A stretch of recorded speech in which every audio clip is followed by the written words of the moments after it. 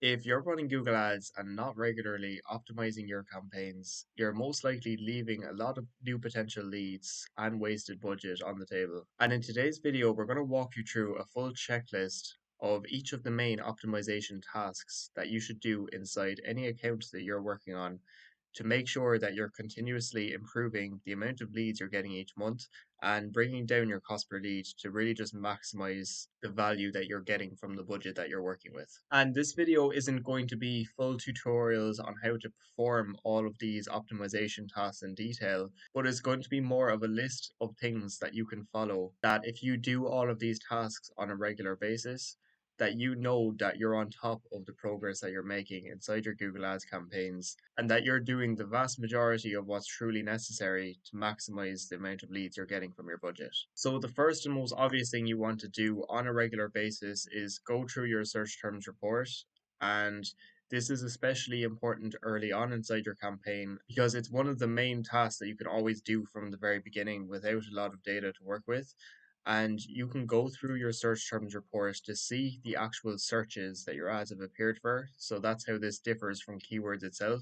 as the keywords are what you chose to target, whereas your search terms are what you actually appeared for. And inside your search terms report, if you see any searches that are not relevant to the keywords and ads of that ad group, and you know that if this search was regularly getting clicked on, that it would be very unlikely that you'd actually be getting conversions and sales from that search, then you want to go ahead and add that search term as a negative. And you can also go through your search terms report to find new ideas of high quality keywords that you can target for your campaign as well. So that way you're always refining the quality of the searches that you actually appear for to minimize wasted budget on searches that we're never going to convert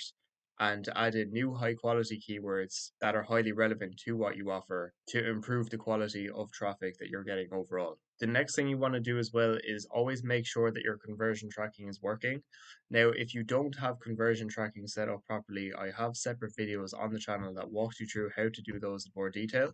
But depending on the type of actions that you want Google to optimize for example, form submissions and phone calls if you're running a lead gen campaign, you want to make sure that your conversion tracking is set up and working properly at all times for these conversion actions. Because if Google's not recording this data as a conversion each time you get a lead, then it's going to be impossible to continue optimizing and improving your account performance over time because Google does not have any data on what to optimize for. And making sure your conversion tracking is always working is really important to just make sure you have working at all times. But in general, once you set it up properly the first time, then you're not going to have any issues with this, and your conversion tracking will continue to work regardless of any other changes you make inside your campaigns. The next one then is your actual bidding strategy, as this can be updated depending on where you're at inside your campaign at any given time. But it's also worth keeping an eye on your campaign settings just to make sure that there aren't any settings in place that could be causing you to waste any budget. For example, just checking your networks to make sure that you don't have search network or display network turned on, to make sure that Google is tracking the right types of leads as conversions inside your actual dashboard, to make sure that you're targeting the right locations, budget, and the other settings inside your campaign are set the way you intended them to. But under bidding, then, this is what you might change depending on where you're at inside your campaign, because for this campaign, for example, we actually started out with running with max clicks. And for those of you that had watched a lot of the other videos we made on the channel, you'd know that I typically prefer to use maximize clicks at the very beginning to get enough relevant conversion data for maximized conversions to truly perform as well as it could be. And inside this campaign, for example, we managed to get the first 25 or 30 leads within the first month, and then we were able to just switch over to maximize conversions with a target CPA from the very beginning. And what we did at the end of the first month was actually set this target CPA quite higher to about €40 because we wanted to be as flexible as possible. But since then, we've been able to bring our cost per lead down so much that our target CPA is currently €27. And that's even though our actual cost per conversion is even significantly lower than this. But we'd usually rather have a target CPA slightly higher than what we're actually paying per lead so that we're not missing out on any potential traffic that we could be getting that's likely to turn into a lead. But this campaign is at the point where we can also start to consider bringing down this target CPA even further. And updating your bidding strategy is one of the most important things to continuously optimize your campaign and bring down your cost per lead month after month. The next one then is actually looking at your ad groups and seeing which ad groups are performing best and making sure that your budget is actually allocated to the ad groups that are performing best from a conversion perspective, so in terms of cost per lead, because it makes more sense to focus your budget on ad groups that have a lower cost per lead rather than other ad groups that might have over double the cost per lead. So this especially makes sense if you're running a lot of ad groups and want to make sure that you're only working on the ad groups that are performing best, making sure that you're working on those that actually have the best cost per conversions in the first place, but also looking at your ad group structure as a whole in terms of your keywords and seeing could you split your keywords up into more ad groups to make sure you even have more relevant ads with more relevant landing pages, as this is going to improve the overall quality of your ads, giving you a higher quality score and giving you lower cost per clicks, meaning that it's another way that you can get more leads within your budget each month. The next one then is assessing your actual keywords inside each ad group. So looking at the keywords, first of all, that are getting a lot of clicks, as you might see in some ad groups that you might have keywords that are getting a lot of clicks but no conversions to show for it. And in those cases, you might either want to even pause the keyword that's wasting a lot of your budget, or else even selecting the keyword and going to search terms to see the actual searches that you appeared for underneath that keyword. And that way, then you can identify any search terms itself that might be wasting your budget. And it might not necessarily be the keyword itself that's not performing, but a search term that you appeared for under that keyword. And it's important to keep an eye on the keywords inside each ad group as well, especially if you're adding more keywords to your campaigns from your search terms report, because you might notice that you actually have a lot more keywords now than you did before, especially if you're doing your search term analysis on a regular basis. So you want to just keep an eye on your keywords just to make sure that you're not wasting a lot of budget on keywords that aren't performing as well as the rest. And also assessing your keyword match types as well. So depending on where you're at inside your campaign, I typically recommend using exact match keywords for the most part, especially for lead gen, because we want to make sure the intent is there from the very beginning. But this can also depend on search volume as well, and in some cases, it might not be viable to run exact match keywords only.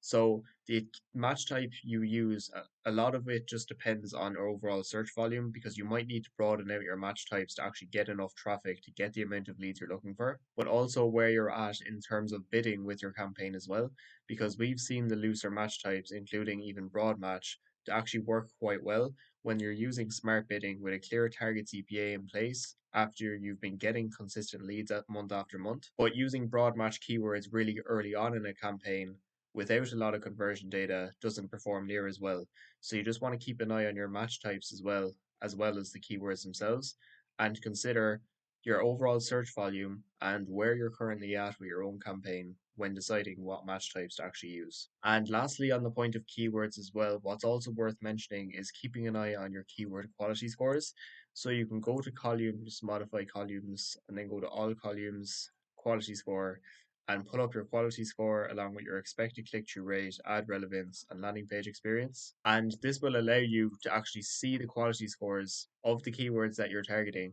And if you see that you have keywords here, for example, that have a low quality score, then you can consider breaking those keywords out into more ad groups with even more relevant ads and landing pages. Because as we mentioned as well, the more Google prefers your ads, the more often they'll be shown, the lower your cost per clicks will be, and more clicks within your budget means more opportunities to get more leads. So you want to make sure that if you have a lot of keywords with low quality scores, that they're split up into more relevant ad groups to give you higher expected click-through rates, higher ad relevant scores, and by making a more relevant landing page for those keywords as well, you're going to have a much higher quality score than you would by having a lot less ad groups where you have a ton of keywords in each that aren't really clearly aligned with one another. The next thing we like to do as well is keeping an eye on your actual impression share metrics and seeing how you compare with your competitors in terms of how often your ads are shown. So your overall impression share, first of all, as the percentage of the time your ads were shown, for how often they could have been shown, but also for when your ad was shown, how often it was shown in the top three positions, and how often it was shown in number one. And also how you compare with your competitors as well, how often you compare alongside them, how often one of them appears above you, and how often you appear above them. And if you see you have competitors that you're appearing quite often alongside, you can just double check their ads by pulling up their domain inside the ads transparency tool. So you can just double check just to see if they're running any special offers that might be taking the attention away from your ad, because you want to make sure that your ads are going to stand out more than your competitors at any given time. So it's always worth keeping an eye on, because we see often that new competitors can enter the auction and a dramatic drop in leads will occur because they have a brand new offer that no one else is running. So it's just worth keeping an eye on for that reason. But what you can also do in terms of impression share and improving your own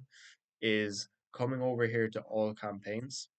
And what you want to do is have your columns pulled up for search impression share, search loss impression share due to rank, and search loss impression share due to budget. And it's worth mentioning as well that all of these three numbers here are always going to add up to 100%. But your search loss impression share due to budget, first of all, could simply be reduced by adding more of a daily budget to this campaign. So if we simply just doubled our daily budget, then we'd most likely bring this number a lot closer to zero, and this number here a lot closer to around 90%. But what I also see quite often is if your campaign, on the other hand, then is actually struggling to spend its full daily budget, then any search loss impression share you're missing out on is due to rank. And what you can do to improve that is that if you have a maximum cost per click bid limit or a target CPA in place, increasing that to be more competitive with your actual bids, but also improving the quality of your ads, as mentioned, by making sure that there's clear alignment between the keywords, ads, and landing pages, by making more new ad groups if necessary, to improve the overall quality scores of your keywords. The next thing worth mentioning then, and it isn't really a part of overall optimization, but coming to your actual recommendations at the account level and just going to auto apply just to make sure that you don't have any of Google's auto apply recommendations turned on. Because if you do have any of these turned on, then you're basically handing control over to Google Ads as you allow them to add in new keywords and ads on your behalf and even change around your bidding strategies, which can completely change how your campaign is going to perform overall. So if you're running your own Google Ads campaigns, I highly recommend just double checking that you have this turned off. And it's the same under assets as well. You want to go to assets inside your campaign or your account and go to account level automated assets by pressing the three dots on the right hand side when you're inside assets. And again, pressing the three dots where it says more and then advanced settings. And you just want to make sure that these account level automated assets are also turned off so that Google can't go in and add new assets or extensions on your behalf. Because if you're running your own Google Ads campaigns, you know what types of assets are going to perform better than others. And usually the assets that Google are going to add for you are a lot more generic, aren't going to convert as well as assets that you take the time to make yourself. The next thing to mention then is your assets. So if you're running a lead generation campaign, the assets I always recommend using are images of the services that you offer. So those can be added at the ad group level, or also you can add images of company vans or your team members, which also perform really well in terms of trust, which can be added at your campaign level, but also your business name, business logo, site links, call outs, structured snippets, and call extensions. So having these all in place will make your ad bigger, as you know, and the bigger your ad is on the page inside Google, the more likely it is to be seen and clicked on. So you want to be using all of the relevant assets first of all, but going through each of your assets and actually looking at not just your click-through rates, which is the main purpose of even having assets in the first place, but we also like to focus more on the conversion rates of certain assets, because if your ad was clicked on when certain assets were shown and the conversion rate seems to be a lot lower, then it might be worth pausing that asset and trying out a new one. Because, for example, with site links and call out assets and even image assets, you can add as many of these as you like to your campaign. So the more you add, the more chance you give Google to see which ones are actually going to perform best. And that way, over time, you can just make sure that you only have the assets showing that are getting you the highest conversion rates. The next thing I recommend optimizing is your actual ad copy. So what you want to do is go to the ad group levels, because what I always recommend doing inside campaigns for the most part is running 3 ads in every ad group. And what I recommend doing in all of your ad groups is running at least 2, if not 3 ads in every ad group. And when you start running your campaign, giving the ads some time to see which one is actually performing the best, And if you're running 3 ads in each ad group, for example, you'll get to see quite quickly which of the 3 ads is the winning ad of the three. And what you can do then is pause the losing 2 ads, and then you can start your A/B testing by duplicating the winning ad and making one main change to that ad. For example, one of the headlines, the first or second headline, is what I recommend changing when doing an A/B test. And the reason as well I only recommend making one change to the new ad is that you understand then exactly what is responsible for the increase or decrease in results, so that if the new ad you make, for example, doesn't perform better than the old ad, then you can simply just pause that ad and retry the A B test. And that way, you're able to consistently improve your click through rates and conversion rates over time, because we always want to be getting as much value as we can possibly be getting out of our ads. And the higher our click through rates and conversion rates are on our ads, the more Google will want to show our ads as well. Because not only are they more likely to be clicked on, which Google want, because Google obviously want to get paid each time someone clicks on the ad, but if they have high conversion rates as well, then Google knows that our landing page is giving their users a good user experience, which is also good for Google because Google want people to keep coming back to Google to continue clicking on more and more ads. So the more we continuously keep optimizing our ads, the more Google will reward us for it over time. Now, the next thing we can look at as well inside our campaigns is we can start making bid adjustments to each of the smaller elements inside our campaigns. And the first place we can look to do this is our ad schedule. So we might be running our ads 5 days of the week or 7 days of the week. But as we get data on which days of the week are actually performing best in terms of cost per conversion, as this is the metric that really matters most when determining your overall performance, is that you can make positive or negative bid adjustments for these days of the week depending on how they perform compared to the average. So you can look at your average cost per lead, first of all, for example, €21. And if you see a day of the week that has a conversion rate that's close to 20% better than the average, then you could add a 20% positive bid adjustment for that day of the week. And that's typically how I determine what bid adjustment to actually make to a day of the week. And this also applies to audiences and devices as well, as I'll show you in a minute. But how it compares to your overall cost per lead is how to determine how much or how little of a positive or negative bid adjustment that we're actually going to make. And the next place you can look at that as well is your actual audiences. And with audiences, then you can optimize in terms of ages, gender, and possibly even household income, depending on the area that you're based in, because not all countries will show data for household income, but age and gender can be shown anywhere.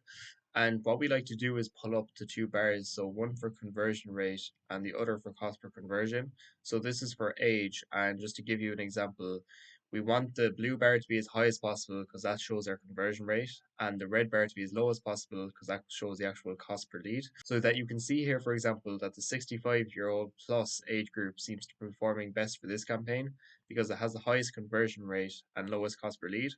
whereas the 35 to 44-year-old age group has the lowest conversion rate and highest cost per lead. And you can follow the same process of looking at this at the campaign level because it'll also show up in ad group level. And you can also make your bid adjustments at the ad group level as well. But for ages and gender, we typically prefer to do so at the campaign level. And you can also do the same thing for gender. And as you can see here, the bars for conversion rate and cost per conversion are showing more or less the same for female and male. But you might notice in your campaign, depending on the services that you're offering, that one gender might perform better than the other, and you can make bid adjustments accordingly. This can also be done for locations if you're running multiple locations. Now, we're only running one location for this campaign, so it wouldn't make sense to do so, but we're running a lot of other campaigns where you might have 10 different locations being targeted, and each one will have their own separate cost per lead, and you can make positive or negative bid adjustments to that also depending on how that location performs compared to the average. And lastly, when it comes to bid adjustments as well, you can go to when and where ads are showed, and under devices then you can see your conversion data for computers, mobile phones, and tablets. Now, we don't usually have our ads only running on mobile phones, as you can see here, but in this campaign, we just noticed very early on that mobile phones seem to perform significantly better than the other two devices. Now, in a lot of campaigns, we would add a negative bid adjustment of 100% for tablets, just because in general we found that they don't perform as well in terms of conversion rate. But in a lot of campaigns we're running, computers will actually outperform mobile phones. So you want to just get the data on this to see what the cost per conversion and conversion rate is like, especially for mobile phone and computers. And you can make a bid adjustments accordingly to each then, depending on how each compares to the average. And what's really important to have optimized as well is your actual landing pages. So first of all, making sure that you have separate landing pages for each ad group that are highly relevant to the keywords and ads of that individual ad group. And also making sure that the landing page is just fully user friendly, easy to navigate, has clear call to actions, is fully mobile optimized, loads quickly. And by making sure it's fully relevant to the keywords and ads of that ad group, the user that lands on the page will feel like they're in the right place at the very beginning, which will impact on how long they actually stay on the page. Because Google uses signals, for example, how quick they drop off the page as a signal to how relevant your landing page actually is, which will impact your landing page experience. And what I recommend doing as well is you can actually use a tool called Microsoft Clarity, which you can download on all of the landing pages that you're running, where you can see the average view duration on your landing page. And if, for example, if people were staying on average less than 20 seconds on your landing page, then you know that there's something to be improved because they don't feel like they're in the right place with your landing page, or there must be something wrong with it in terms of how to navigate it, or it's just not user friendly enough. But I thought it might be worth suggesting that as well. But you can also see real life visits in real time on the landing page as well,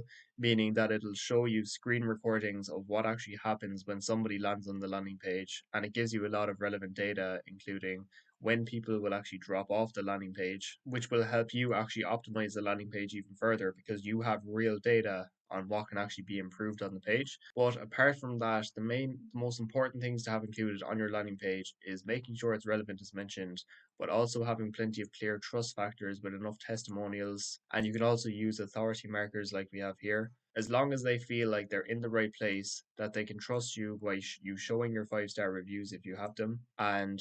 also having clear call to actions that make it easy to get in touch, and having these implemented into the hero section so that they don't have to scroll down to get in touch are the most important points really worth mentioning. But because having a high quality landing page is really going to be the biggest factor in determining your overall conversion rate and your cost per lead and how well your ads convert overall, what I'll do is I'll leave the link up above to another video that goes through how to create a high converting landing page template like this in full from start to finish for those of you that like to create something like this as well. Because a lot of people running Google Ads have no issues getting clicks on their ads, but a high conversion rate is really one of the most common issues that we see when it comes to Google Ads that aren't performing as well as they could be.